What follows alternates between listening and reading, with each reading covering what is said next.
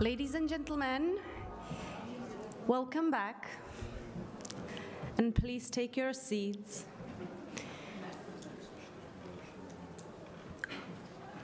We have one more block of success stories and also one more panel discussions ahead.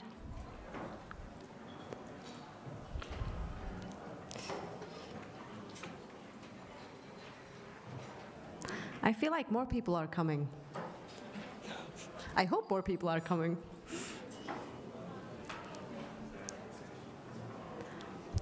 So in the meantime, when I was thinking about this conference and I was told that it was the 20th anniversary, I thought what happened actually 20 years ago that is connected to the UN research a little bit.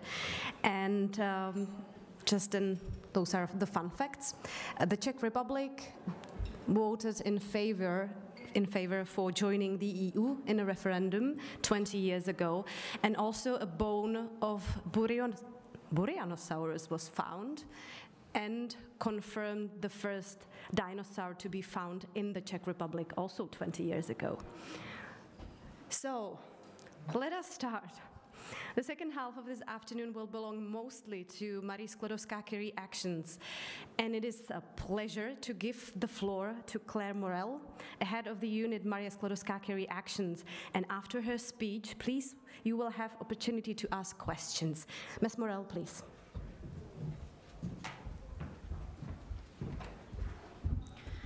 So thank you very much for having a whole session dedicated to the Marie Skłodowska-Curie Actions, so the MSCA in short. And I've enjoyed very much the debates that I've just heard about the ERC. And I have to say that it's this kind of feedback that is extremely useful for me and for my colleagues when they are attending such events. I think if you have experience or questions about the MSCA, you should really not hesitate to give your feedback either to the Commission, to the executive agency who is running the project, to your national contact points, because we are adapting our actions every year. We have what we call a work program, which describes in detail what we fund, and we adapt it every year. And very often, it's by getting feedback from our beneficiaries that we can really improve the program. So this is extremely useful. So now, the MSCA, for those who do not know, but I suppose you all know, is the EU flagship program for researchers' mobility, training and career development. It celebrated its 25th anniversary 2 years ago, and I'll start with a few figures. Since the program was launched, it funded more than 145,000 researchers who have had their career, they have been trained, their career has been boosted through the program. The first year the program was launched, the EU funded 800 researchers, and now we fund around 10,000 researchers every year, both for doctoral candidates, experienced researchers, for short-term stays, and also we also fund full doctoral programs of 3 years. So this is what I've just mentioned. In fact, I mean, it's the number of researchers that have been funded in the past 25 years with the budget that goes with it. These are the figures for Horizon 2020. So you see the number of researchers. It's not only a program for, that supports individual researchers, but half of the budget goes to the development of doctoral program, excellent doctoral program. In the past 7 years, we funded 1,000 such doctoral programs. We funded also the participation not only of universities and research centers, companies as well. So I will really explain that we are putting a particular emphasis on intersectoral cooperation, and the participation of female researchers is quite high as well. You see 42%, and we hope that we will have a perfect parity in the coming months and years. This is a slide on the participation of Czechia, the Czech Republic, under Horizon 2020, so I'm not going to repeat all the figures that are there. amongst the widening countries, the Czech Republic is the second most successful country after Portugal. When it comes to the nationality of the researchers which are funded by the Czech Republic, it's first of all researchers from Slovakia, 10%, Poland, 10%, Czechia as well, Czech Republic, so those are returning researchers, Italy and Portugal. And when it comes, it's not on the slide, so this is why I'm mentioning it. And the main destination of Czech researchers leaving Czech Republic are the USA, almost 20%, Slovakia, Germany, Czechia, and the UK. Now, I will, yes, as I mentioned, Czechia or the Czech Republic is the second most successful widening country for the individual fellowship, so for the most experienced researchers. In case you're not familiar with the program, it funds 5 types of different actions.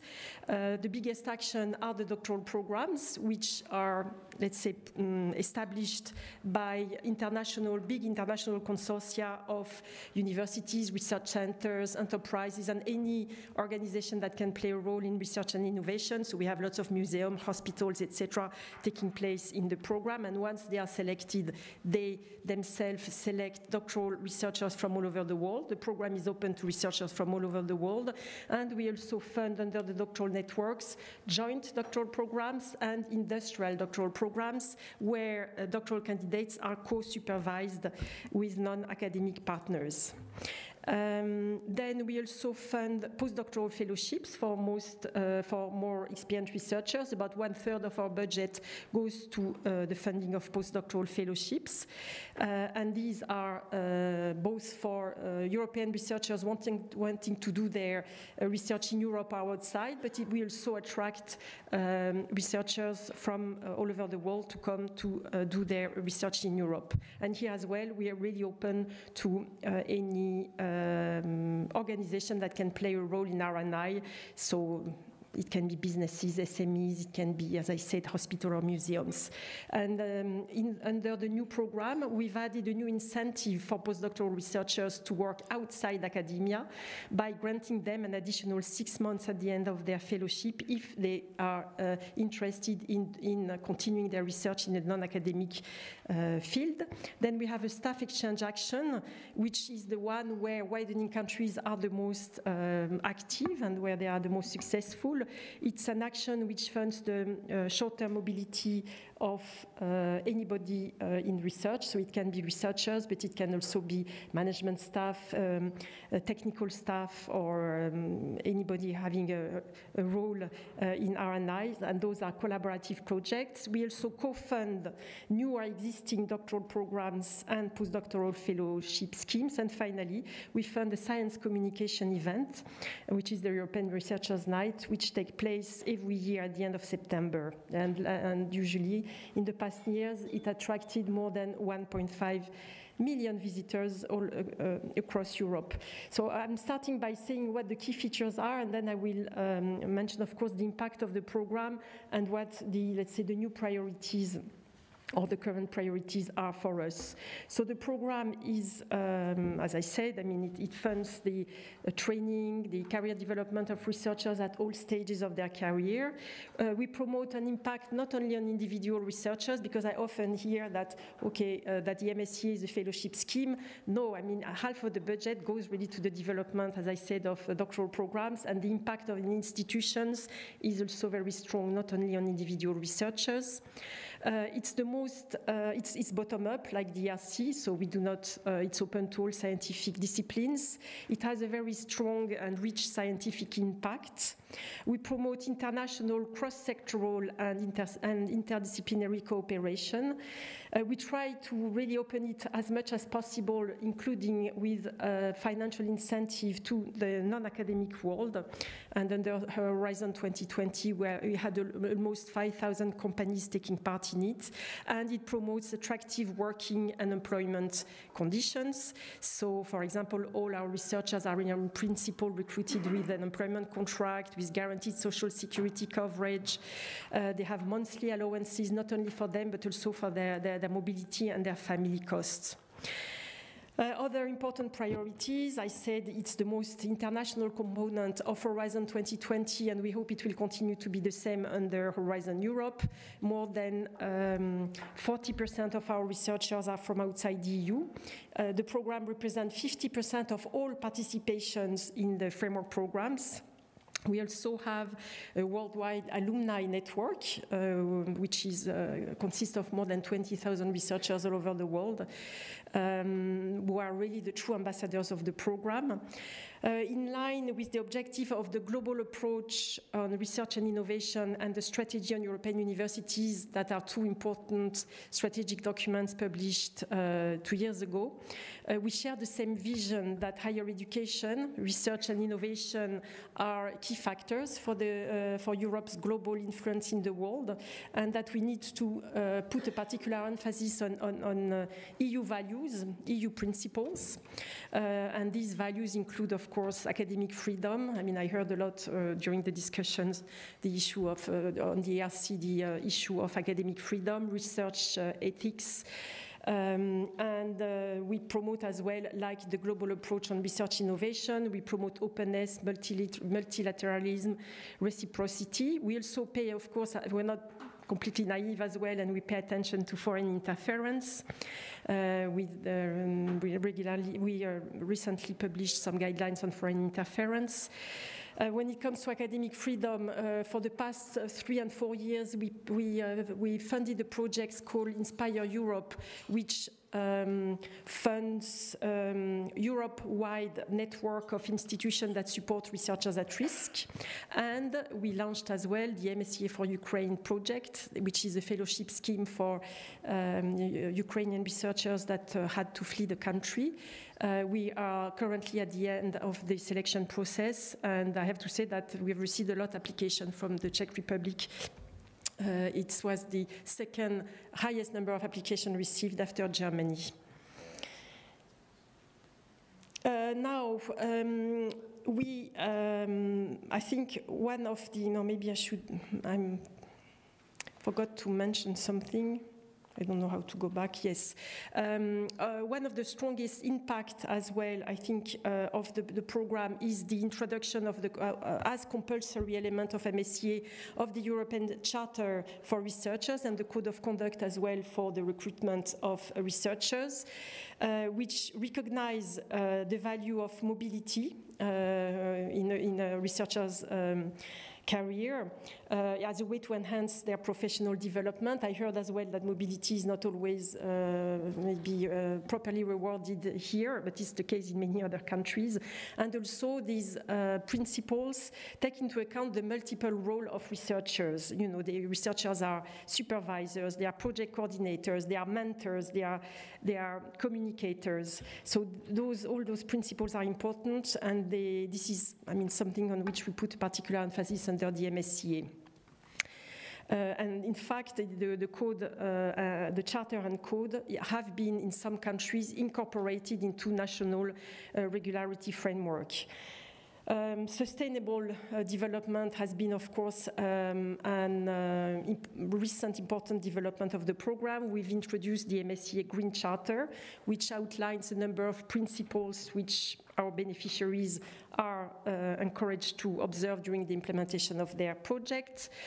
And when it comes to widening, I will explain that we have carried out a study on the mobility flows of MSCA researchers, because some countries, especially widening countries, had the impression that MSCA was contributing to brain drain, and I'll explain that it's not the case, and that it just shows that MSCA strongly supports return mobility, especially to widening countries.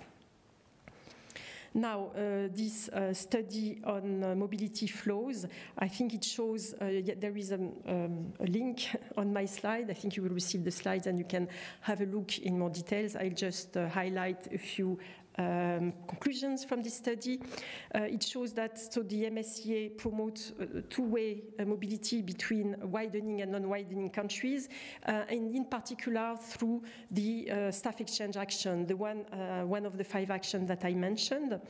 And in fact, the MSCA just mirrors the overall pre-existing mobility pattern, and it does not really strongly support to the mobility imbalances, because when you look at what's driving, what are the, let's say, the incentive for researchers, to find a research place. I mean, they are looking for the most attractive places where they can work with leading scientists. They are looking at the quality of the training they receive, the countries that are spending most in R&I. They're looking as well at the quality of the infrastructure, the level of remuneration, and the public infrastructure, as I said.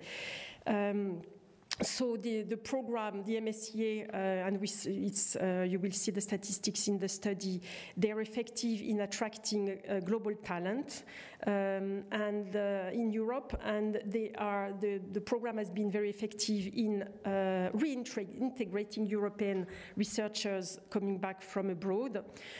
We see, for example, that from around 90% of the researchers that we are funding, they are returning to the EU for their MSCA fellowship, and most of them are staying in the EU. So when we look at the statistics, because we are doing an assessment, I mean, the researchers have to fill in a questionnaire 2 years after their fellowship, and we see that most of them are staying in Europe.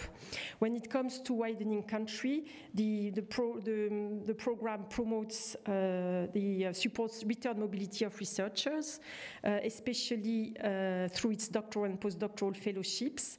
So to widening countries, about 45% of the fellows that are doing an individual fellowships, now they are called postdoctoral fellowships, they going to widening countries, they are from that country, and in fact, 91% of the individual fellows on postdoctoral fellowship going to widening country are returning researchers. So it's a strong, let's say the program strongly attracts back the diaspora. And half of them were still in their country 2 years after their fellowship. This is one of the reasons we introduced already 4 years ago what we call the widening fellowships. It was a pilot introduced in 2018, and it continues now. It's not a pilot anymore, and it's called the ERA fellowship. It gives the possibility for researchers ready wanting to do their research in a widening fellowship in a widening country to have a second chance under MSCA. So if they apply for a postdoctoral fellowship and they are not retained, but they have a very high score, they get the possibility to receive an ERA fellowship if they want to do their research in a widening country. And these let's say, ERA fellowships have been extremely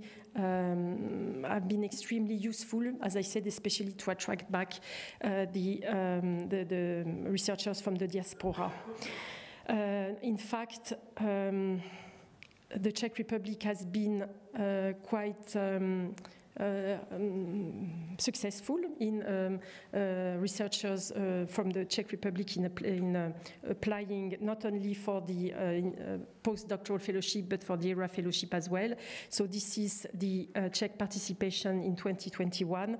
We've just had yesterday the result from the 2022 as well.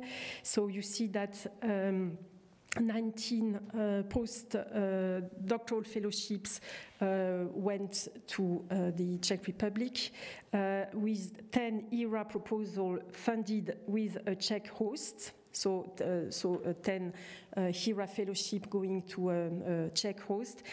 This was for last year, and this year we have 18 out of 58 going to the Czech Republic. These are the ERA fellowships, so these fellowships which are designed for researchers wanting to do their fellowship in a widening country.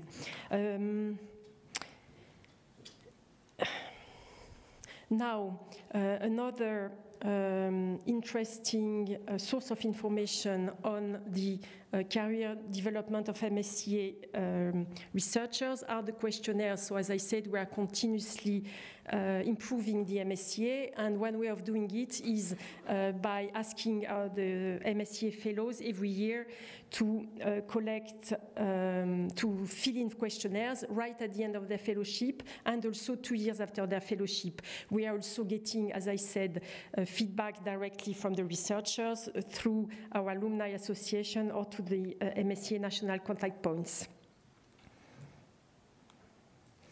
These fellowships were introduced under Horizon 2020, and at the end of last year, we had received nearly 18,000 responses after the end of the fellowship, and more than 2,000 2 years after the end of the fellowship.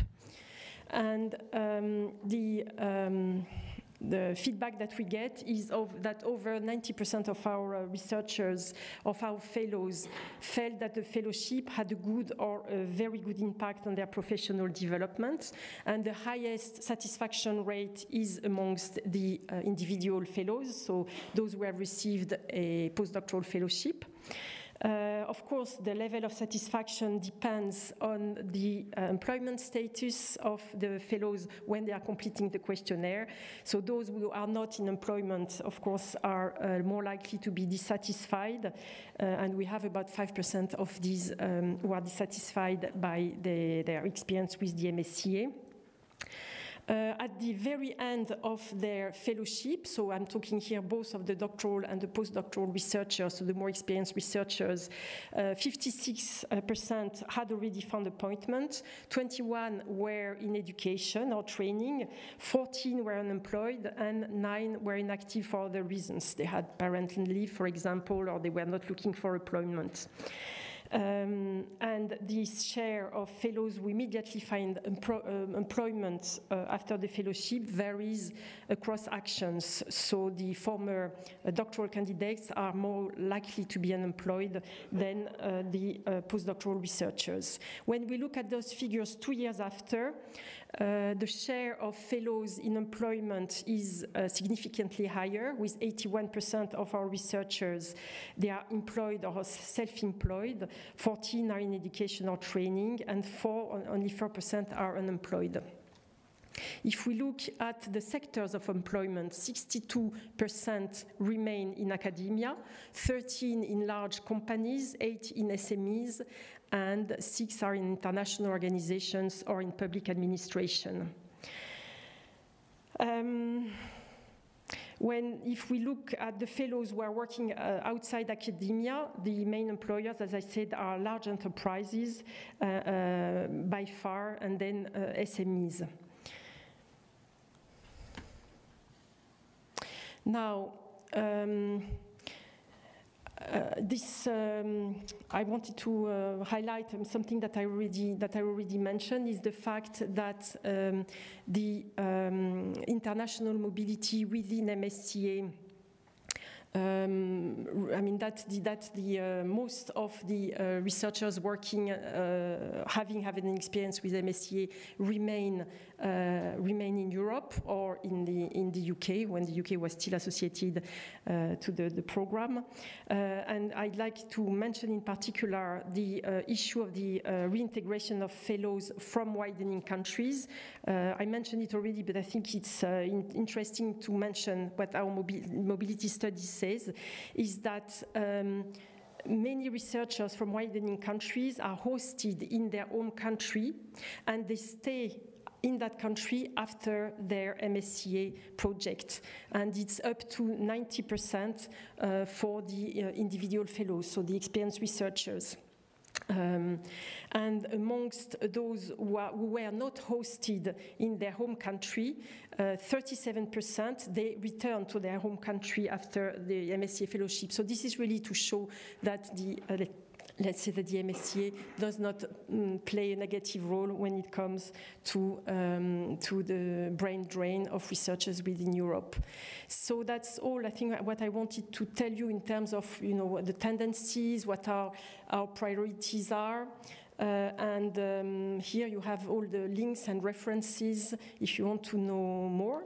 And of course, I'm here available for any questions or discussion that you might want to continue to have. Thank you very much for your attention.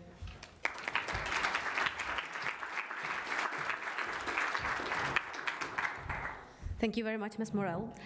Does anybody here in the hall have a question for Ms. Morel? You have a really unique opportunity to ask her in person. No?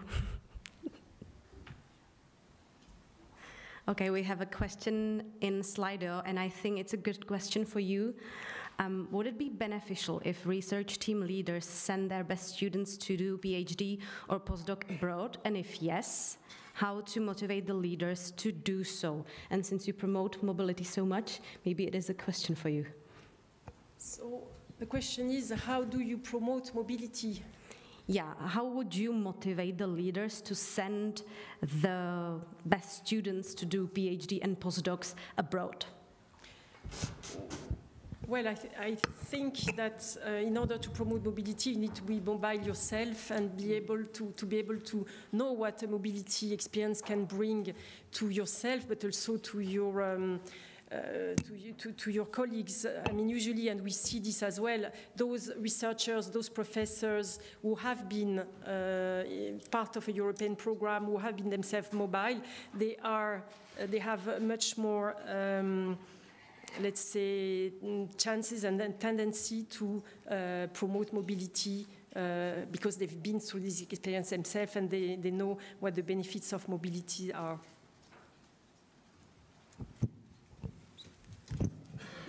Anybody else? Because Hello, my name is Trnková. I'm from the Ministry of Education, Youth and Sport. My question is towards the Seal of Excellence Yes. possibility to finance the Marie Skłodowska-Curie Actions, as we do finance the Seal of Excellence projects on Ministry of Education, Youth and Sport from the operational program, research development and education, no, from the Jan Amos Komenský program at the moment. My question is whether the Commission doesn't consider moving the number of points that the projects get for the potential getting of Seal of Excellence lower. That means at the moment, if I'm not wrong, the number of points or percentage you need to gain to get the Seal of Excellence is 85. Wouldn't it be possible to have it for 70 or 75? That would probably enable more projects to be potentially financed from the national or other sources. Yeah, thank you very much for raising it. In fact, it's a point that I forgot to mention in my presentation. I wanted to congratulate, in fact, the Czech authorities because they are champions when it comes to the Seal of Excellence. Seal of Excellence is given to postdoctoral researchers who cannot be funded by the program, but who still have excellent results, excellent scores, more than 85%. And in fact, I read the statistic before coming, and I saw that more than 300 researchers, since you set up the Seal of Excellence, had been funded, which is one of the best results that they have. And I saw as well that you were now going to finance as well our co-funded projects, which is something new that we have introduced, so really congratulations on that. Well, the Seal of Excellence is based on excellence, so, and we consider we had to, let's say, establish a threshold, and we consider that 85 was the score of excellence, so for the time being, we are not planning to reduce this percentage. And by the way, I think you are co-funding it with other European funds, with ERDF, which is a very good practice. This morning we saw that one of the priorities of the Czech presidency was the creation of synergies between different EU funding programs, so well done. Thank you very much for your answer. My question was mainly motivated by the thing of state aid rules, which do not apply to Seal of Excellence projects, while they do apply to all the other projects. We try to finance even projects that have less than 85% of points. However, it's not easy, because then we have to, then we and the projects are confronted with the state aid rules, which are not always easy to cope with. That's why we were thinking about the projects that have 70 or 75% of the points, that they still are considered well enough, good enough. I was just thinking whether you could not consider lowering. Okay, maybe we can continue this bilateral discussion to see if there is anything we could do. And I know it's an issue. Yeah. Thank you.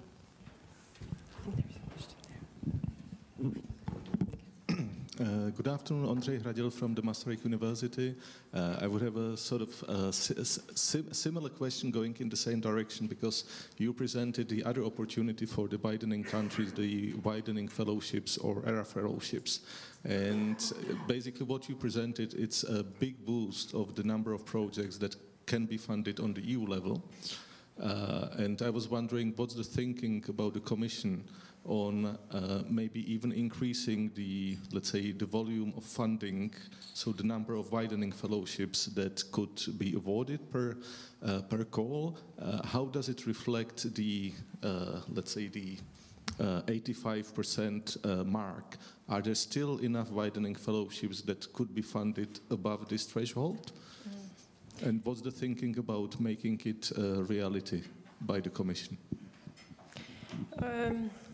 Well, I don't have the exact figures, but you are right. I mean, the ERA fellowship, or before the widening fellowships, in fact, they use exactly the same selection procedure as MSCA, but they are not MSCA, because we go down the ranking list, which means that we are not following the ranking list. We go down, so but we do not go below. I don't think that we go below 85. So there is an issue. I mean, it's really boosting the number of applications, as you say, but there are limits. I would need to look at the figures. If you're interested, I mean, I can send them to you. But we reach a certain level because we do not have probably enough application to significantly increase the budget. Does that answer your question? Yes, and I would be definitely interested in the figures you mentioned. Okay, if you can write to me, and then I can send you these figures. Thank you very much. We have 2 more questions in the Slido, but I'm afraid we don't really have time for those. Sorry. Okay. But you can stay if you like, yeah, or you can go down. It's up to you. You can stay. Right. So thank you again for your time, for your journey here to Prague and answering all those questions. And I believe that you can ask Claire Morel even after, if she stays here. And we have another part coming, and this offers us the MSCA Stories. And those will be told by Petra Trnková, Martin Procházka, Hélène Robert-Boisivon, and Martina Vycudilíková. Just a short introduction. Petra Trnková has expertise in 19th century photography and history of photomechanical printing practices and networks, and she was a MSCA Fellow in Photographic History Research Center in Leicester. Martin Procházka is a professor of English, American, and Comparative Literature, and at the same time coordinator of the Horizon 2020 MSCA ITN European Joint Doctorate project called Migration and Modernity, Historical and Cultural Challenges.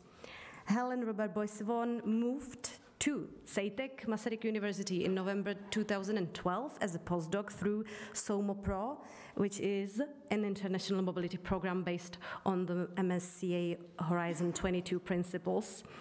And now she is a group leader of the hormonal crosstalk in plant development research team there. And Martina Vycudilíková Her study field was social sciences and French language and linguistics, and she soon joined the team of the Central Bohemian Innovation Center, and she is currently the program manager of MERIT, which is the Central Bohemia Mobility Program for Excellence in Research, Innovation and Technology, co-funded by Horizon Europe. So I would like to invite Petra Trnková to start with her story.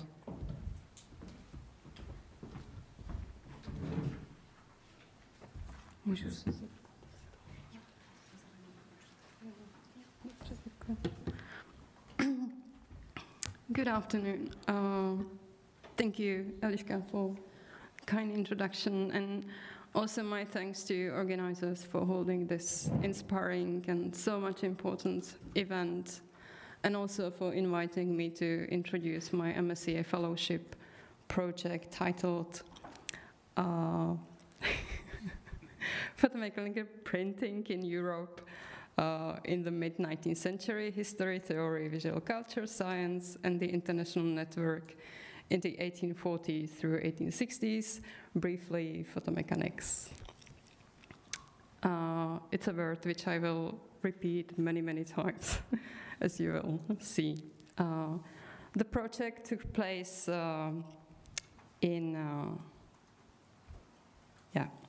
The project took place in 2019 and 2020, as Eliška said, at the Photographic History Research Center of the Montfort University in Leicester, which is a rather small institution, but one of the leading in the field of photohistorical research.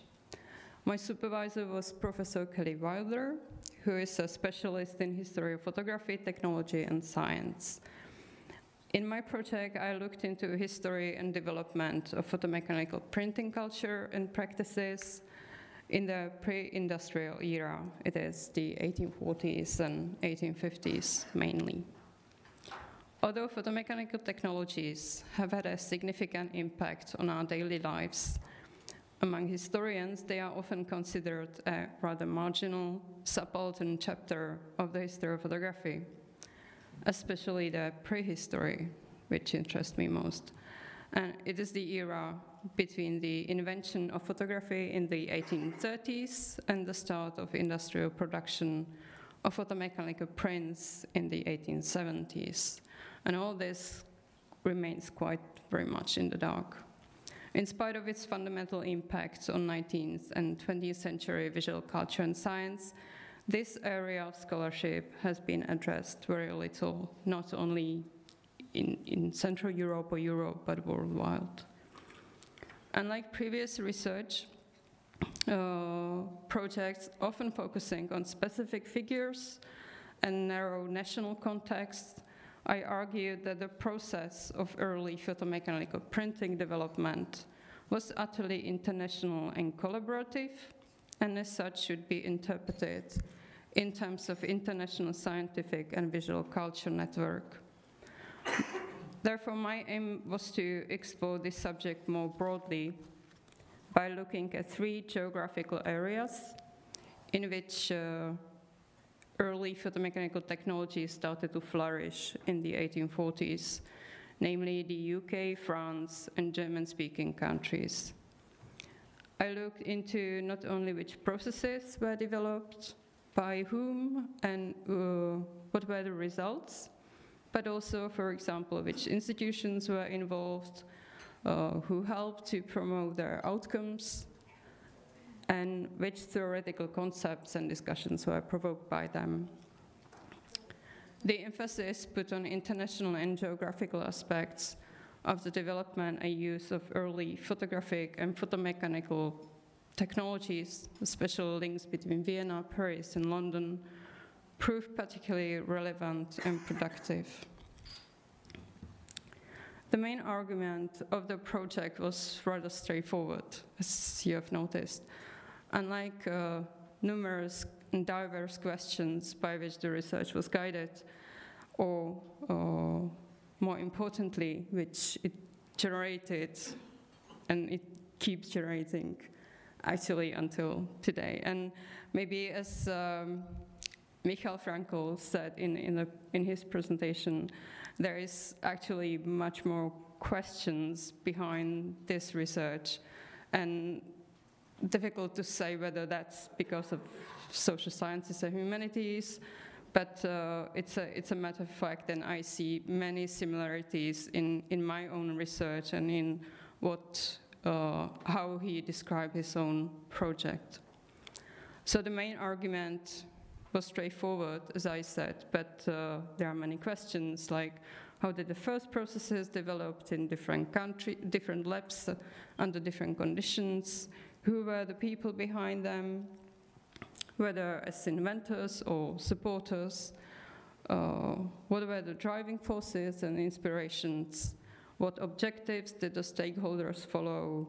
How did the first results look, and how did the professional community and general public respond, and so on and so on.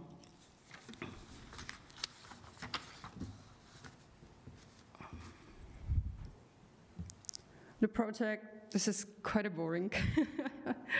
The project was divided, but just I should give some numbers and let you see some insights and some structure of the project. So it was divided into 8 work packages, of which 3 followed research aims and 5 focused on training, project management, and dissemination and communication of results. The research itself means 3 parts of it, comprised primarily of surveys of numerous collections and archives in Europe and the US, through which I was able to identify and study hundreds of plates and prints, and a large amount of other visual and written documents, for example, Victoria and Albert Museum, Albertina and Technical Museum in Vienna, National Science and Media Museum in Bradford, or French National Library. The research resulted into several printed and online publications, including popular journal articles, which I would like to highlight here, conference papers, and online workshops.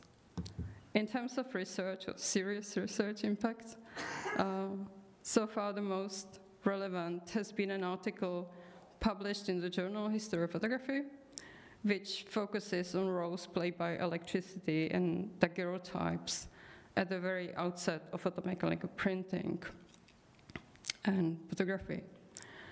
Drawing on 3 examples of early photomechanical processes, it is daguerreotype electrotypes, galvanically etched daguerreotypes, and the etching process developed by French scientist Hippolyte Fizeau. I tried to demonstrate how closely electricity and the daguerreotype were then connected, how much interest they raised among scientists and photographers in the 1840s, and at the same time, how much they have been neglected and underestimated by historians today. Due to the lockdown imposed in March 2020, right in the middle of my fellowship, which lasted only 12 months, a large part of the field research, just like the hands-on workshops, which we were going to organize for colleagues and students, had to be cancelled. And to be honest, the last 6 months of the project, the workflow turned into something quite different than what I actually promised to do, or was planning to do. On the other hand, all the closures and restrictions gave me more time. That was the most valuable thing, actually, because there was the question what projects like ERC or MSCA bring you, then I would answer. For me, it was the time to focus on analyzing and interpreting the data collected earlier, discussing the topic with my colleagues while improving my online communication skill, and also on writing, which is usually in humanities quite time-consuming. Despite all the problems which arose during the second half of the project, the fellowship actually became the true beginning of my close collaboration, not only with my supervisor, but also with some other colleagues, for example, at the Technical University in Vienna. And hopefully there will be another project soon, which is now being prepared. And finally, I would really like to thank, not just for courtesy, but honestly, and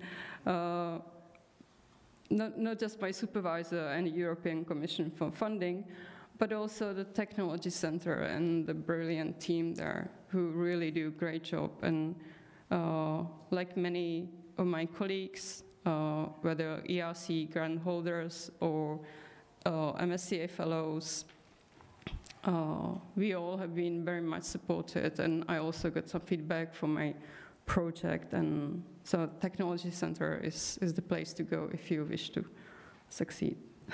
Thank you very much.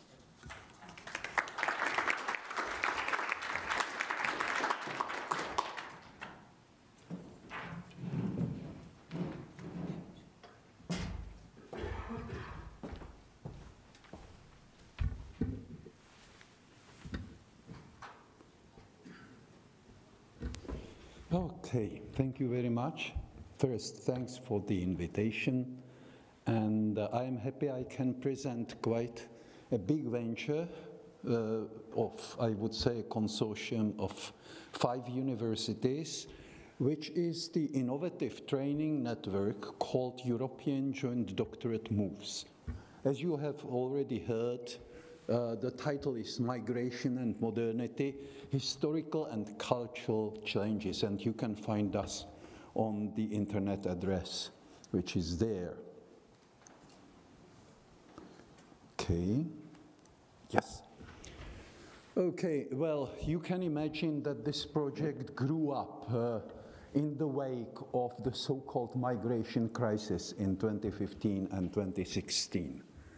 And our major incentive was that this crisis was aggravated by a number of short-term decisions, right? And that what was completely missing was a kind of historically and culturally motivated approach towards migration.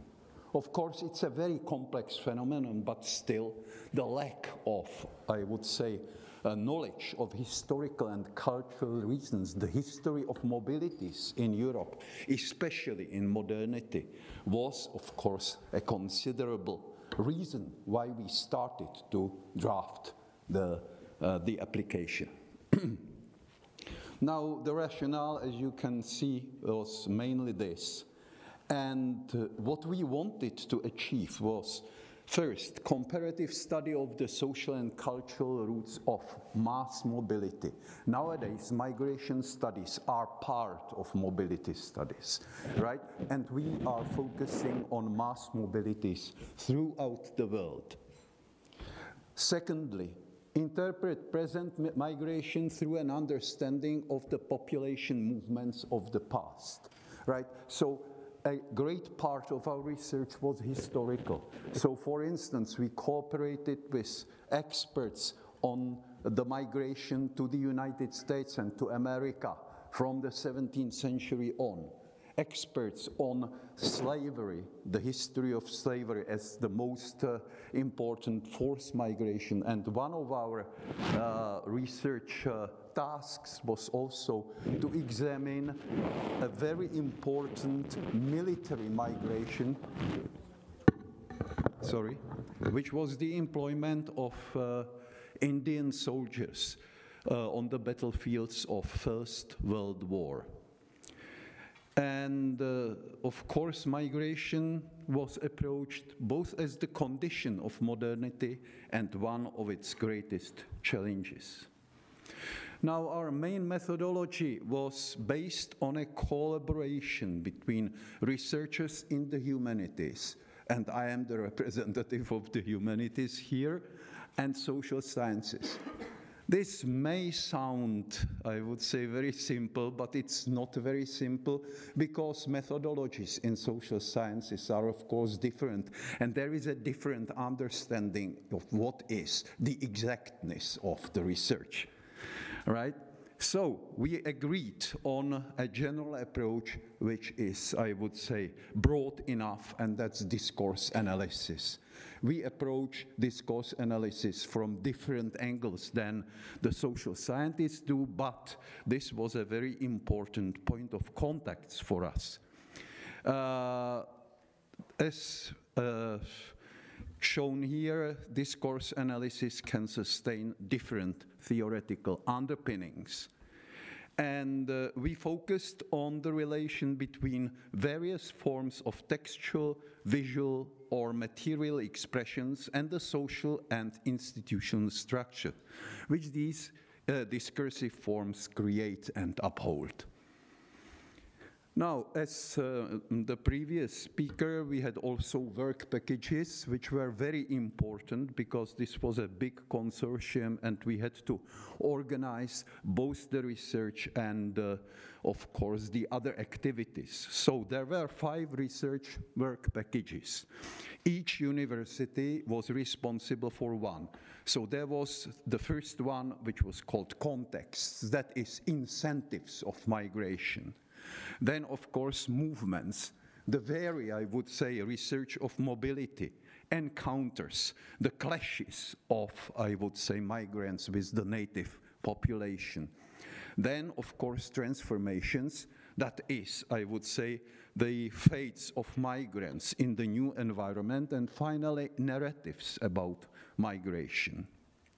Each partner university was in charge of one of these research packages and, in addition, of one of the training, dissemination, or management work packages. And you have the whole, I would say, list of work packages here. Then, of course, we added 2 more packages, which was basically the wish of the agency of the European Commission, and that was the ethic problems and open data. As I have said, I am here as the representative of a big consortium. It's 5 beneficiaries who received the grant support. We got it in 2018, and we are now in the last month of the project. Those are universities in 4 EU countries: Charles University, Freie Universität Berlin, Universidade do Porto, l'Université Paul Valéry, Montpellier, Troyes, and finally, University of Kent. And in addition, the consortium members who are not supported by the grant are 18 non-academic institutions. These are cooperating in the training process. They are organizing the so-called secondments, which are, in our project, 6-week working programs for MOVE's PhD students. And the purpose of these secondments is mutual transfer of knowledge, which means that not only, I would say, our students get knowledge from the individual, I would say, practical practitioners, but they also transfer their own knowledge of the topics to them. The examples of our partners are below. Our researchers were, according to the rules of European Joint Doctorate, so-called early-stage researchers, who had maximum 4 years of previous research practice. These were successively employed by 2 universities of the MOVE's consortium. Each work contract was valid for 18 months. Their research was then assessed every 6 months through the so-called progress reviews, which were at the same time the milestones of the project. 2 researchers, I am sorry for that, had to withdraw from the project because of underperformance. The remaining researchers completed their dissertation in 38 to 42 months, which is a little bit more than 3 years. MOOS is certified as a PhD program at all consortium universities in 5 countries. And of course, it is a special PhD program because we give priority to the employee status before the student status, which means that there is an importance of employment contracts. And this is the last slide. This is the survey of our researchers and their projects, which are now either being completed or just before the completion. They will be submitted by the end of this month. Right, apart from these dissertations, which, as you can see, cover not only, I would say, European migration, but migration in Africa, for instance, migration in Asia, migration between Europe and Asia, and finally also migration in the Latin and Central America. We had a Mexican student who worked, of course, on the so-called caravans. Right, so these are the projects, and apart from those projects, we had about 20 research articles which were published in different types of journals, and this of course will still increase because some of these projects will continue in the publication form even after the end of the project. So thank you very much for your attention, and this is it.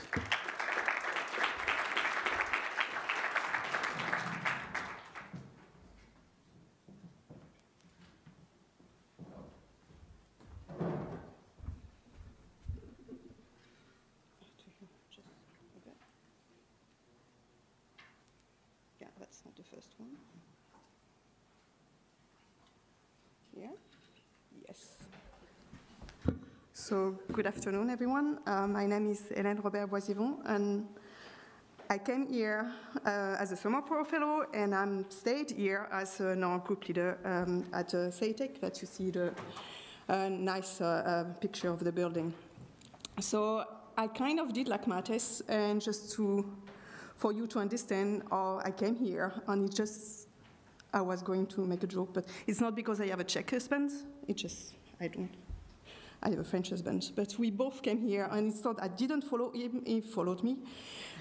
Basically, I'm French, and my home university is in Rouen, in Normandy, but you see on the, I can't point to anything, but to the small square here. And I got a great study advisor that led me to the path where I'm here today. So I'm a plant biologist, and I'm working on the model plant that you see on the corner here. So what would be now called master degrees. So for my master degree, I moved 2 years in Lyon in the reproduction of development of plants in the group of Fred Berger. That when we speak of mobility, Fred is now director of the GMI, one of the directors of the GMI in Vienna, so, and he moved to in between to Asia in somewhere. So here again you have example of mobility. So I spent 2 years in his lab as a master's student, where I discovered the work on seeds that you see some pictures on the corner, and genetics and a lot of microscopy. After that, I moved for about 6 months as a technician, let's say, in Cambridge, in the lab of Professor Asseloff. And for the one that know, Jim Asseloff was the one that get us to use the green fluorescent protein in plants, that he introduced the system for us. After that, I moved in Netherlands in the group of Professor Offringa in Leiden, in the Institute of Biology, to do my PhD, where I worked in with the plant hormone auxin that we heard just before the break, to different aspects of how it shaped the plant, and I will not go in detail on that. And after my PhD, I moved to Belgium, where I kind of crosstalk with Mates there, but not in the same group, because I kind of same people, but I worked for 5 years with Jiří Frimol when he was in Ghent before he moved to Vienna. And here I combined my previous work on seed development together with auxin.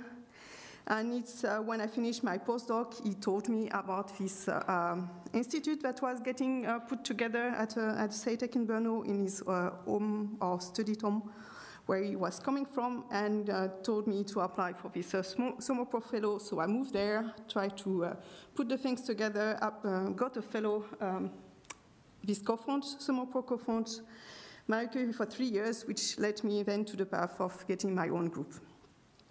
So now the work, or what we are kind of doing. So we work on these small plants here on the steps from seed development. So the seeds, they come from the flower that you see on the top corner, and after pollination of the flowers, the seed develop that produce this bean structure, the fruit, which inside have the seeds, and inside the seeds you have the embryo. And our focus is the early stage of the seeds, when from a zygote, these elongated seeds, cells, you obtain an embryo that gets all the features. So like us, we get heads, hands, and feet. The embryo needs to get the shoot part on the top and the root part on the top, on the bottom, and this polarity axis, the body axis from shoot to root, is happening within 3 to 4 days, and it's all the plant requires, or the embryo requires, for the seeding afterwards to develop that you see here on the corner. And I mentioned auxin, and during my postdoc and follow-up, and me and others, we managed to put kind of a map on how this polarity axis is working in the embryos. So we mapped and we showed the coordination between where the auxin, so this hormone, is produced. On the top layers where the shoot will be specified is being transported, so that's the green on the picture. It's transported through the cells that you see in the blue in the microscopic pictures, end up to accumulate in what would be the root in the red part, and that's where to specify the roots. So my SoMoPro, and the base of the SoMoPro project was actually ended with what we obtained from the postdoc, is that you have a tight correlation between when the production will happen in the top part of the embryo to the transport. So on the top rows, you see what should be normal. So the green part is the cells that produce the auxin for new production of auxin. There correlates with the transport to the bottom, creating this polarity axis, the body axis from shoot to root, giving rise to, after germination, to a nice seedlings. But in the embryos where this auxin is not produced, this polarity doesn't occur, and you have defined root ball that you see in the middle here. And the seedlings is not producing roots, and most of the time will just die and not continue developed. So the idea of the SoMoPro was to identify how these cells start to produce the hormone, and when, and specifically on those parts of the embryo, and not everywhere. So during these 3 years, we screened for regulators of these genes that are producing the enzymes for the production of the auxin. That led to a lot of data to analyze. And among this data, there are still things that we are working still now about 6 years about ending the project. So that was a good project output. And what I just want to point out, because the list you don't care, it's not your topic, but what I want to point out is that among of these results, we got a postdoc as a Marie Curie fellow that just finished now, and the second one, that's Subodverma, and Andrea Simonovitz got this Marie Curie CZ fellowship that was after the Seal of Excellence. Now, what we can notice and what we focus now a bit more in the plant is in the lab is that among this list of regulators, we identified regulators that are linked to the response to warm temperature or change of temperature. And why is it relevant to look into climate change or like increase of temperature, ambient temperature? Is that if you look in this kind of a strip graph here, the more than the right is nowadays, and it's the more red it's getting. That means it's the average annual temperature is increasing, and in the last 5 to 10 years, let's say there's an average of like 2 degrees more than it was 20 years ago. And different studies and modeling tell us that for each decrease of increase of temperature, we will have a decrease of seed production in different crops like rice, wheat, maize, etc. And if we try to reproduce that in our growth conditions to develop a study model, we put our model plant in conditions where there is higher temperature, and we do have a decrease of seed production per foot. So not to go into detail, but to link back to the regulation of the auxin in this formation. So in the middle gray pictures, you have what it should be looking like. So a nicely defined polarity between the shoot part and the root part. And then if you treat the plant with high temperature, you do have this defect of polarity with the root part not really well defined. That really looks like an embryo that has no production of the hormone, telling us that most probably there's a regulation of the warm temperature is misregulation, ever the production of the transport or the signaling of this hormone, and affecting the body axis formation there. So that's something that we develop now as one of the main topics in our research in the group. So we look at how the temperature is affecting seed production, focusing on early stage, no, not only, we have both. And we work both in the model plants, but also we start implementing work in oilseed rape, and not only observing the change, but trying to find the mechanisms that's all that's happened. And that's just my last slides. The name of people that are involved in the team, you see that we grown up from me, myself as a SoMoPro, to a group of like 12 people at the moment. This morning we spoke about infrastructures and how important it is. I have to stress out that as CEITEC we have a bunch of core facilities that help us to develop all this work, and a bunch of fundings that we have here for supporting everyone here. So thank you for attention.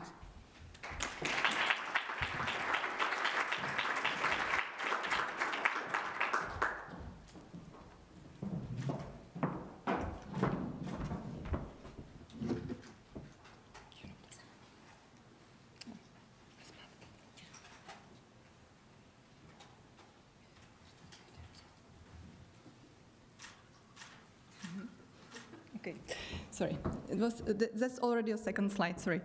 Good afternoon, ladies and gentlemen. I am really honored to be invited here and to be able to present our program MERIT, which means Central Bohemia Mobility Program for Excellence in Research, Innovation and Technology.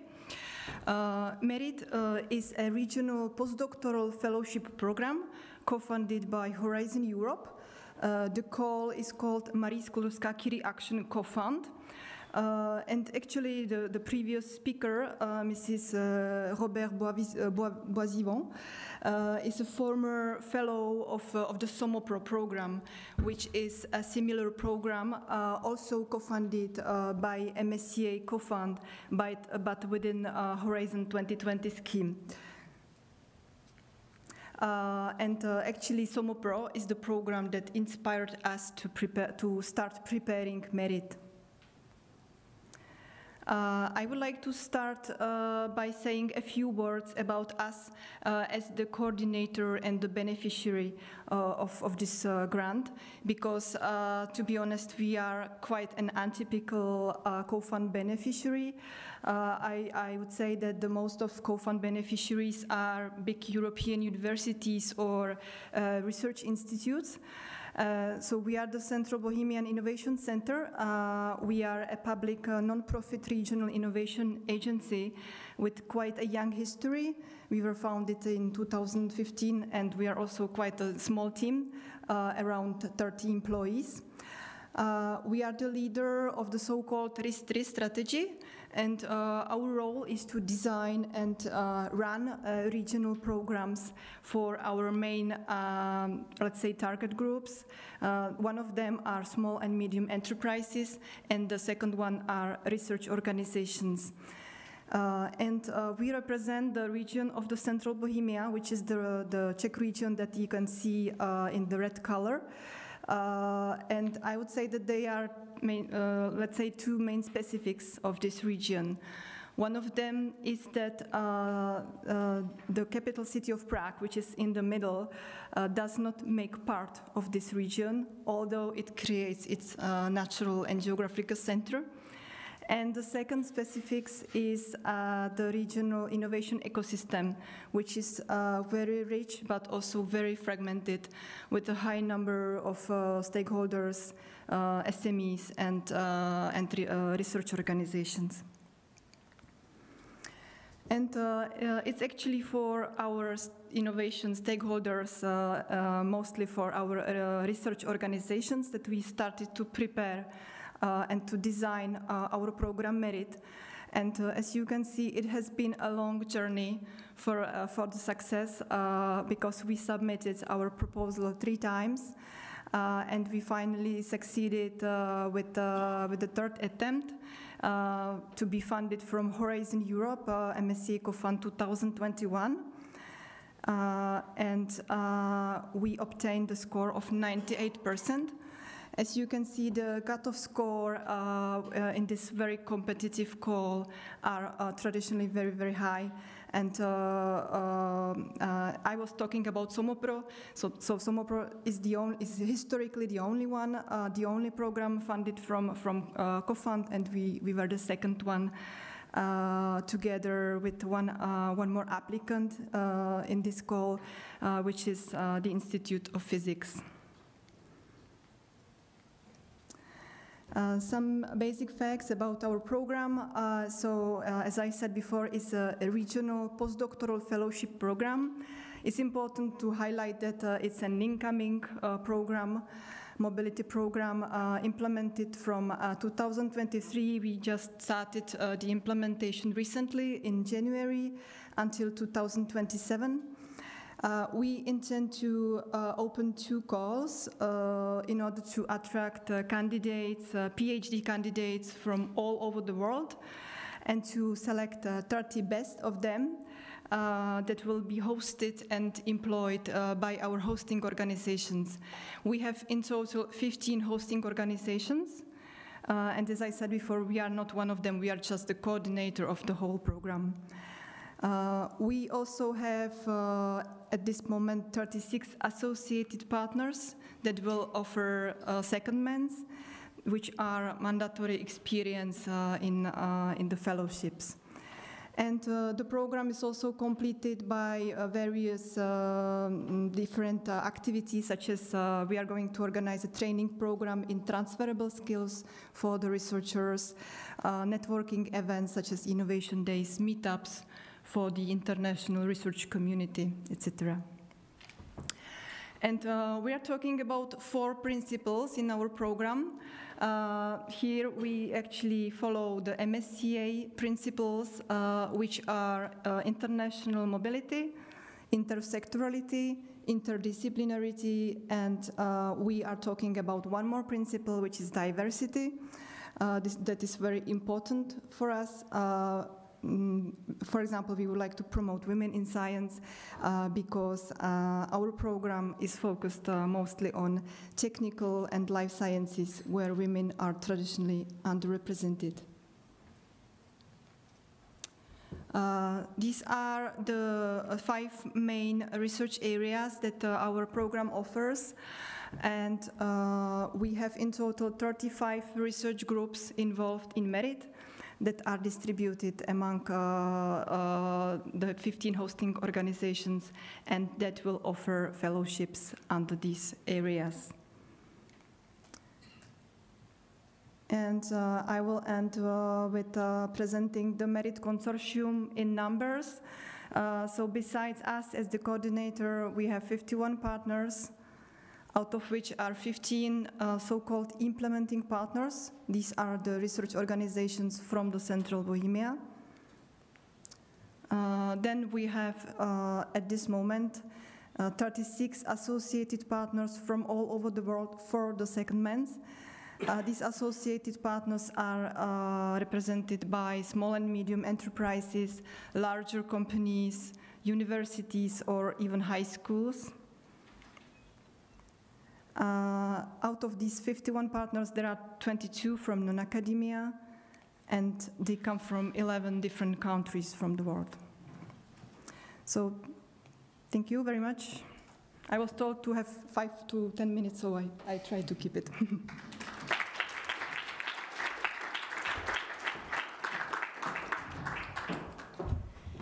Thank you very much, and I would like to thank again, especially to Ms. Morel, Ms. Trnková, and Ms. Vycudilíková, whom we shall now say farewell. Thank you very much.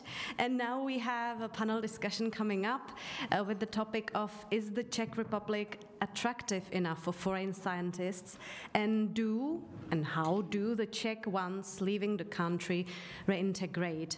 And that is the topic. The guests are, as you can see, Hélène Robert-Boisivon and Martin Procházka, who will stay here, and will be joined by Zuzana Tuťálková and Matouš Glanz. So please come forward and take your seats. Just a short introduction. Zuzana Tuťálková works at the Euroaccess Czech Republic, and she is exactly that person. If you are a foreign scientist coming to Prague, she is the one to help you in both professional and everyday life. And Matouš Glanz started as a plant cell biologist. He was successfully granted the MSCA IF fellowship, but now transfers from the laboratory work, and he is the director of Czech Spats in Science, which is an NGO that connects with scientists abroad and also transport the international experience into Czechia.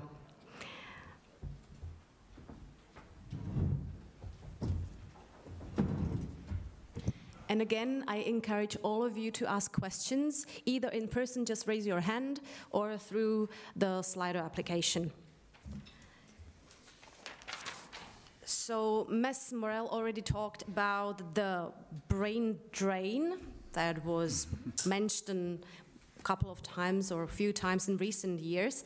So the EU started preferring the wider term of brain or talent circulation instead of the brain drain, which implies a more positive view on this phenomenon. What is your take on the value of international mobility in science? And do you agree that its positive effects outweigh possible risks it might have for less developed countries? Would you like to start, Mr. Procházka? Well, definitely. I think it's a positive situation. We are not suffering from any brain drain in humanities. On the other hand, we started to cooperate with quite a lot centers in Europe and in the United States, and our I would say top people are now circulating. So basically a colleague of mine is now a professor at the University of Hull, and he may after some time even return to Prague or to Brno and start again here. So there is a possibility actually on that level, and I think that in humanities the environment is not so competitive as in, I would say, hard sciences. Somebody else, what would you say about the value of international mobility science? Yeah, if I may, I think the value is immense. It's great. We in Czech Spats, and I also personally as a scientist believe that mobility is essential for excellent science. And one of the aspects, besides broadening the horizons and getting more contacts and being exposed to different working environments, which we see is just the fact of being exposed to situations one hadn't experienced before. As scientists, our job is to explore the unknown, and when we move abroad, we inherently have to do that. Just by living abroad, we we need to solve situations we don't have experience with, and this just makes us much more competent as scientists in any discipline, I believe. Hélène, do you also agree that the mobility positive effects outweigh the possible risks? I mean, the example, right, that works. Exactly. But like, in one way, that might be very personally, that will be different for different person or different, because we are not alone, we have a family, so that means you need to be able to move with your partner or with your kids, and coming here with kids that doesn't speak Czech or don't speak Czech, and they had to change completely, so that's some of the challenges. But if we focus only on the research part or the science part, I think it gives you perspective to interact with people that, I mean, you can do it during conferences, but like moving for a longer period of time, it gives you way to discuss, to interact, to challenge ideas, and for the long term, and to develop also your research and all the things that goes behind. Yeah, thank you. Zuzana Vycudilíková, would you like to add something from the perspective of EURAXES as well? Well, we don't really do much of like a research or surveys on brain drain. We are actually quite happy that we are receiving, like the Czech Republic is receiving foreign researchers. If they wouldn't be coming, there would be no work for us, no jobs.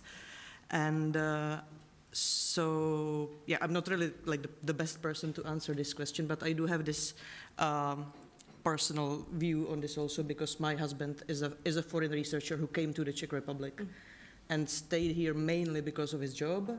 Then we met, so I'm kind of hoping that he would stay longer.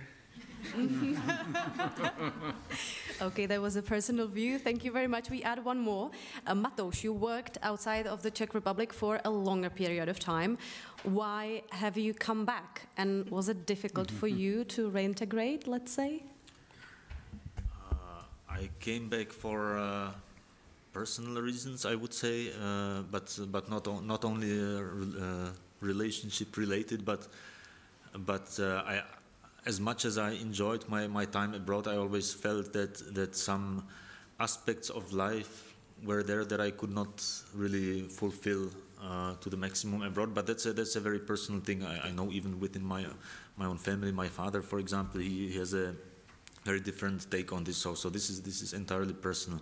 And whether it was difficult to reintegrate, I would say no, but it's also for me coming back home after an international experience is coupled with a quite a switch in my career direction. So that's I'm not best positioned to answer that, I think. Yeah, thank you for that. You all are, well, except for Matouš, are coordinators of a project. What do you expect from it? What benefits do you evade, let's say, on the regional and national level from your projects, let's say? What do you expect from it to bring, let's say, to the Czech Republic or to your region? There are both sides to this coin, I must say. On the one hand, there is a quite, I would say, great difference between academic systems in 5 European countries. And to coordinate 5 universities which have different measures in many respects, right? So for instance, only the preparation of the joint degree certificate took me about a year. Negotiating with different, I would say, partners. The most difficult negotiations were in France, where we ended actually by having 2 degree certificates, 2 diplomas, one which was the joint degree certificate of MOVES, and then the compulsory French degree certificate. So that's, I would say, the difficulty, and I must say that it slows down and hampers actually the creative aspect of the research, right? So the other thing is that we have people in our project from quite a lot of different countries and different cultures. And in humanities especially, all is based on the discussion between cultures. So we can clarify in much more efficient way some problems which couldn't be solved or would be solved only in a very partial manner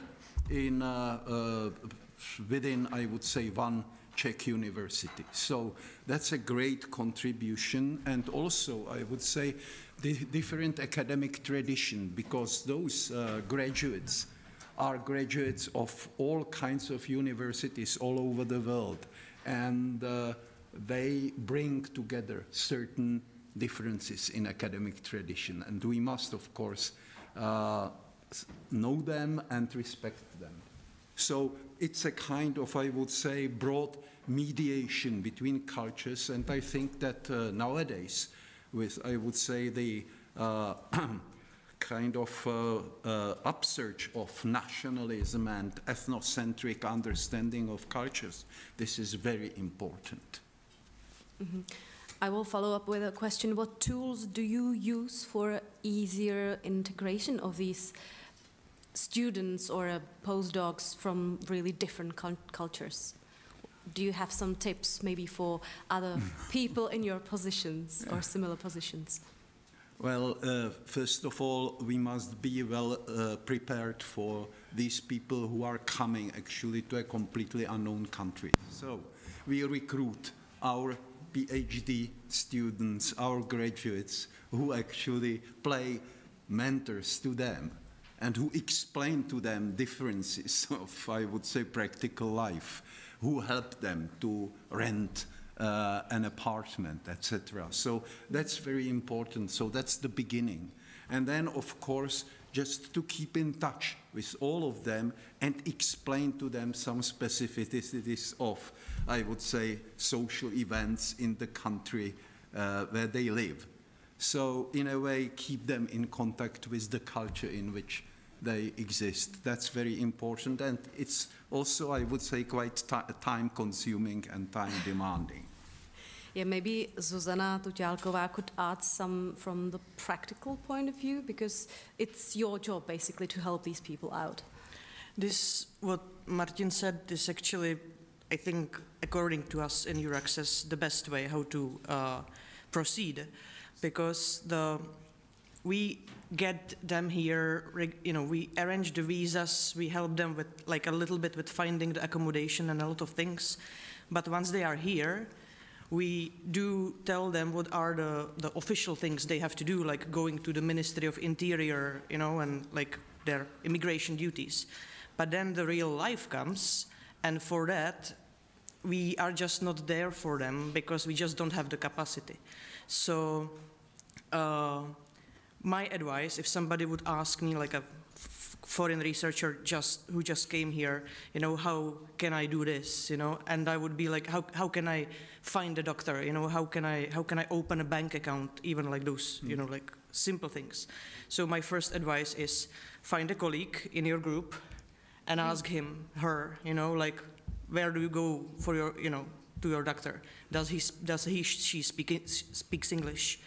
And, you know, ask them, don't be shy, you know, like, please take me to a nearest bank and help me to translate. Because that's like also like one of the first things, the language barrier is quite difficult here, even though in Prague might be still much better than in the rest of the country, but there are plenty of authorities, offices, right, where just they can't understand each other. So a nice colleague in a group, and Czech language courses. Have you do you have this experience, Hélène, of helping out, or like helping out the students, yeah, or you personally? Myself, that was more than 10 years ago, so maybe it's a bit different than nowadays. But like when I moved here, they were putting together this welcome department or welcome service at the CEITEC and university, so I was like a kind of guinea pig for them, because each time I ask a question, we had to investigate how to do. But basically, they arranged that every time I had to do something, one student from the language school or someone that was able to translate was coming with us. They also help us with finding schools, with finding apartments, having one of their students to come for different things around. Nowadays, it's a bit more established, so we have a welcome service at CEITEC, and there's a welcome service at, for the international students at the university also that helps for all these questions. Then within the lab, we have also, if there's questions or like either we guide them within us in the group or with the services. And this, in Brno, we have a great expat center, Brno Expat Center, that helps all kinds of foreigners, not only academic. I was helped by the Erasmus also. I mean, there's a network that is put in place to help any foreigners that would come, either for the science or like academic or non-academic. So within the years, I saw the progress that was made is enormous in terms of helping us to move in here. Mm-hmm. Thank you. From Slido, there is a question: what are the most important obstacles preventing or discouraging foreigners from coming and doing their research in the Czech Republic? Maybe Matouš could start. Yeah, thank you. This is something we are very actively exploring, and we believe that it's that the Czech research environment needs to open up in a way, be it from using English much more as the main working language, to different funding schemes which were the subject of some discussions here before the break, which need to be more transparent and more understandable and compatible with the international standards, and also just simple things like opening up calls for open positions and having some career guidelines which are again compatible with the international system. When there's an open position, to really advertise it in English in international context, to say whether this is a tenure track position or not. These are the lack of such measures, we believe, is the main obstacle for higher internationalization of Czech research. Mm-hmm. Thank you. Martin, would you like to add something? Yes. Well, I think that it must be mentioned at some point, but the discrepancy of salaries. Yeah. And that's really serious, because at an institution like Charles University, where everyone is actually underpaid, right? We are below the mean salaries, right? Most of. So it's very difficult to persuade the management that those people should be paid better than anyone else, right? And I think that the administration of the university should be much more open, and we should be finding the resources, right? And if we really are successful in getting the resources, then of course no restrictions in payments should be applied. Yeah, thank you. Would the ladies like to add something to this topic of what could be the discouragement for foreign scientists to come to the Czech Republic? I agree with both of them. Okay. Yeah, you don't have to say anything. It's just that I don't want to skip you. No, it's important. Yeah. I think it's both good topics, good points. All right, thank you. If you compare the Czech Republic to other European countries in the region and beyond, what do you consider its main poles of attraction? That's the contrary. So what is the thing, or what are those things that attract people to come to do research in the Czech Republic? Well, if I may start, one thing is the research itself. We also believe we need to be a little bit more proud of the great areas in research that we have in Czechia. So that's one thing. And from the more practical aspects of life, Czechia is a very safe country. The healthcare system here is really good and affordable compared to many other places in the world which are considered much better for living, and in this aspect we are really great. So this is something I think Czechia needs to be more aware of and more proud about and advertise it more. From some of the obstacles, in addition to what was mentioned before, things like the schooling system is also not very accessible to people coming on a short-term basis. If people come with families, to finding schools and let alone schools that teach in other languages than Czech is a big thing, as also Hélène already mentioned. Maybe Hélène, could you add some of your maybe even personal experience or what you heard from other members of your team that is also international?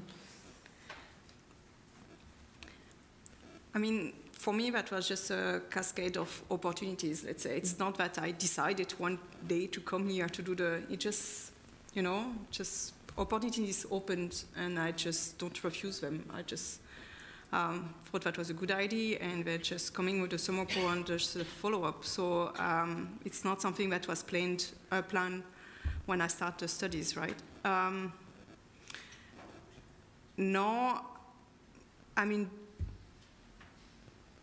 what is for us in CEITEC, I have to say that infrastructures and the research environment is pretty attractive, I would say. So if we combine that by getting a Marie Curie fellowship to increase the income, what we said, that's something, it's a win-win situation. Yeah, that's just... Yeah, thank you, Martin.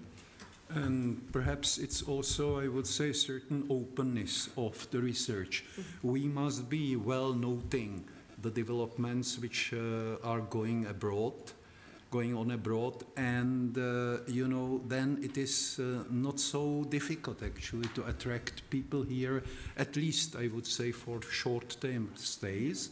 And for instance, I would say we prepare special issues of academic journal, which I edit, right? And we have no problems with getting together teams of experts for these issues.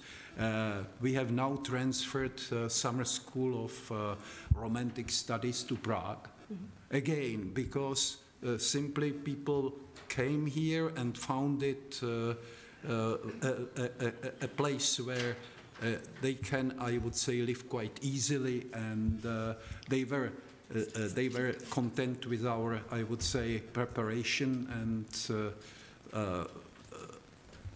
so in a way, you know, this kind of openness, which of course includes also, I would say, the readiness to serve in material terms, in organizational terms, is very important.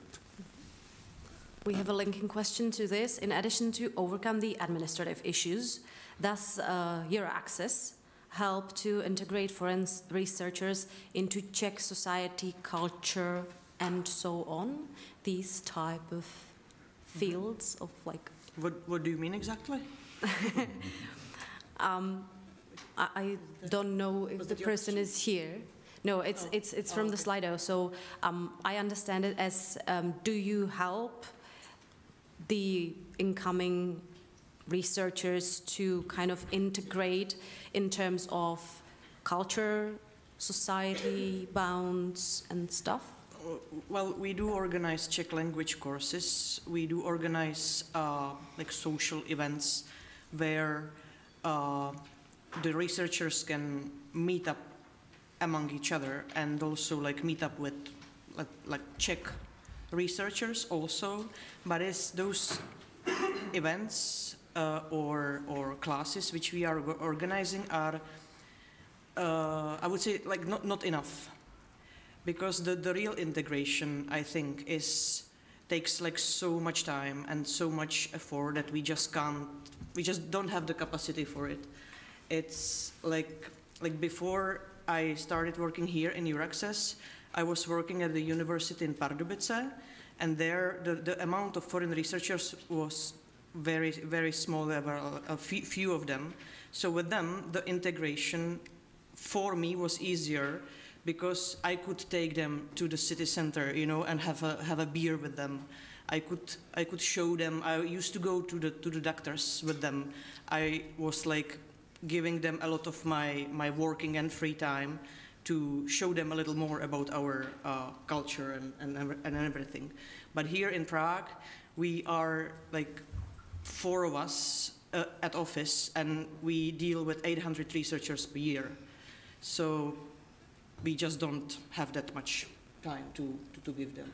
Mm-hmm. Matouš, would you like to add something? Yeah, maybe from a slightly different perspective of this cultural integration, we do believe this is important now in the last year. In addition to connecting and building the community of Czech researchers around the world, we had a project, or we still have a project on providing support to researchers from Ukraine relocated to Czechia in response to the aggression, and yeah, they're in addition to supporting them practically and with finding jobs and securing the basic life needs, we do have good feedback on the activities when we just try to connect them and get them to know the culture and know other people and socialize. Those are, especially now that the flux of new people coming with the urgent needs for basic life needs is lower. We see that this social integration is playing a very important role. Mm-hmm. Yeah. Thank you. You mentioned that you have the connection with Czech scientists all over the world. How can the Czech Republic make better use of ties with its diaspora to help support the quality of the science in the Czech Republic? We believe one aspect is motivating the people that are at top institutions abroad for some of them to come back, to create conditions that are attractive enough to convince some people to come back. That is one aspect, but definitely not the only one. We have also conducted some research among the Czech scientific diaspora community, and we have data on what the people want and need. And there's about 35% people who think about coming back, but more than 80% scientists abroad would like to be more in contact with Czech environment and Czech institutions in some way while staying abroad. So we think things like university courses that would be taught by experts from the diaspora. That's an excellent thing. Joint degrees, some secondment programs within a master or a PhD degree, mentoring opportunities for senior scientists abroad to transfer their experience of best practice to colleagues in Czechia. Those are the things that we think are much needed and would benefit the Czech research environment a lot. And we try to also come up with activities to support that from our side. Yeah, there was a lot of nodding from Martin. Would you like to add something to it? No, I can't add almost nothing because everything was well said, I must say. And probably it also depends on personal contacts very much. And not only myself, but my elder colleagues used to keep contacts with scholars in the US, for instance. So there was a good, I would say, cohesion of the Czech American diaspora, for instance, right? So I must say that in my area it works quite well. Mm-hmm. Yeah. Another question from Slido. We have a few minutes left, so if you have any questions here in the hall, prepare them, raise your hands so we can answer them. This question was already asked to us, Ms. Morel, because I didn't understand it was for the discussion panel, but she mentioned one point of view, let's say. So would it be good if a team leader sent their best students to do PhD or postdoc abroad? And if yes, how would you motivate the leaders to do so? Hélène, would you like to start? No, I'm trying to think, but like already in our PhD programs, they have to go. It's compulsory for the students to go for 1 to 3 months abroad as internship Mm-hmm. So we have to go abroad to get in contact with collaborators or explore a project. And sometimes it happens that the link was not made before, and then the student chooses the country that he wants to join or the lab that he wants to join and try to establish and find a way to fund it. Otherwise, it's up to the person. I mean, if you can't force someone to go abroad and to do the things, the person has to have the will to go and to explore it themselves. Yeah. Just you can't kick them out and just say. Matos? Yeah, thank you. From the institutions in Austria and Belgium where I worked, I know that the group leaders there, they put it on their CV as credit the places to which their alumni go after they finish in their group. So convincing people here that when a student leaves for another position abroad, that it doesn't necessarily mean losing a student, but it means gaining an alumnus at a fantastic place. That's a value for the leader. That might be one thing. Like, for example, so like I'm still in contact with my postdoc fellows when I was in Belgium, but they are now in Germany, in Austria, in Sweden, and we are like in Prague. But we still keep in contact and just network and exchange ideas of students afterwards. So I think it's all beneficial to go and visit, going somewhere else. Yeah? Mm-hmm. Thank you. And one more question from Slido. What was the most difficult aspect for you during preparation of the MSCA project? That goes to Hélène and Martin. For the MSCA, that was for my postdoc, so we had previous experience and we have support, so from the grant office. And we have workshops, both for supervisors and for applicants. Then after, the most challenging is to find a postdoc that wants to come and apply for it. It's just not to write the project. We always have ideas to put in the project. The problem is to find a person to want to come and to do the job. Yeah. Mm-hmm. Well, for me, this was probably the recruitment of early stage researchers for the project. We had about 140 applications from 70 people. Each person had to make 2 applications in different thematic fields, right? So we have chosen finally 15 people. And the choice itself was very difficult because it was done on the phone. There was a committee of 6 plus myself, and I was leading the interview, and of course the committee was asking questions. And I must say that we had a very good hand in choosing majority of our students, but in 2 or 3 cases, as I have mentioned in my presentation, we had to exclude 2 students for underperformance. So we completely mistook.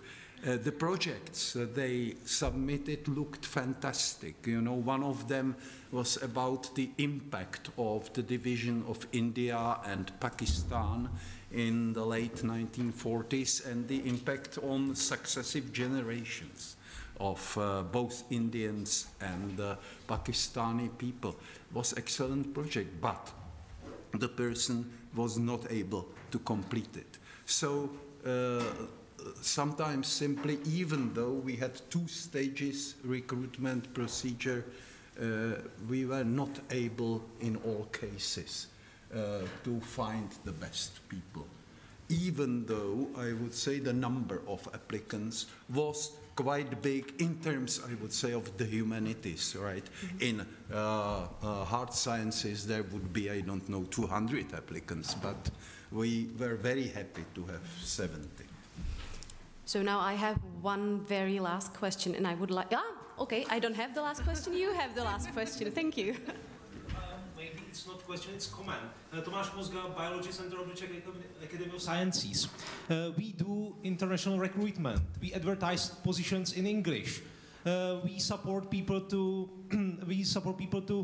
submit or to prepare and submit MSCA and other fellowships or other grants proposals. But we have experienced during the last year that we lose people. And we figure out that the Czech Republic has a serious problem, and it's a health insurance system. That the people, these junior researchers, usually come with families, and the families members are not covered by the health insurance, and they have to pay in advance the health insurance for 2 years.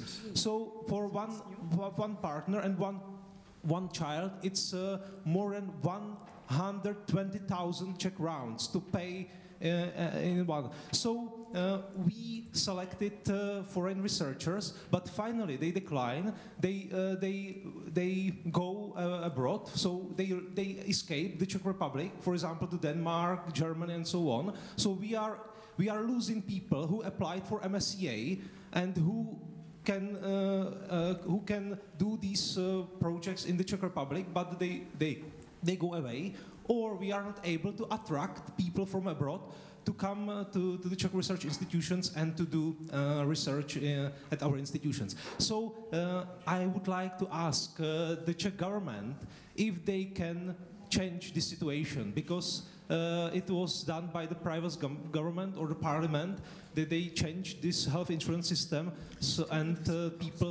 these foreign peoples are trapped, and it's very discriminating and demotivating, and we are losing talented people, the foreign researchers. So thanks a lot. Yeah, thank you for the comment, and I think this is a good way to end this session. So we have the proposal to the Czech government to end some things that kind of discourage foreign scientists to come to the Czech Republic. Yeah? I have just to confirm what the colleague said. We had the luck that we had only one person who was married and had a child, but this person left the project because of health reasons, which I think was a cover-up motif, right? They simply didn't want to go to this country where the insurance will not be paid, right, for the family, for the child and the mother.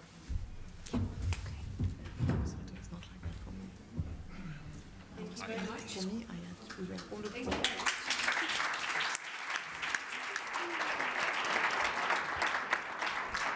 So once again, thank you very much, Hélène, Robert-Boisivon, Martin Procházka, Zuzana Tuťálková, and Matouš Glanz. Thank you.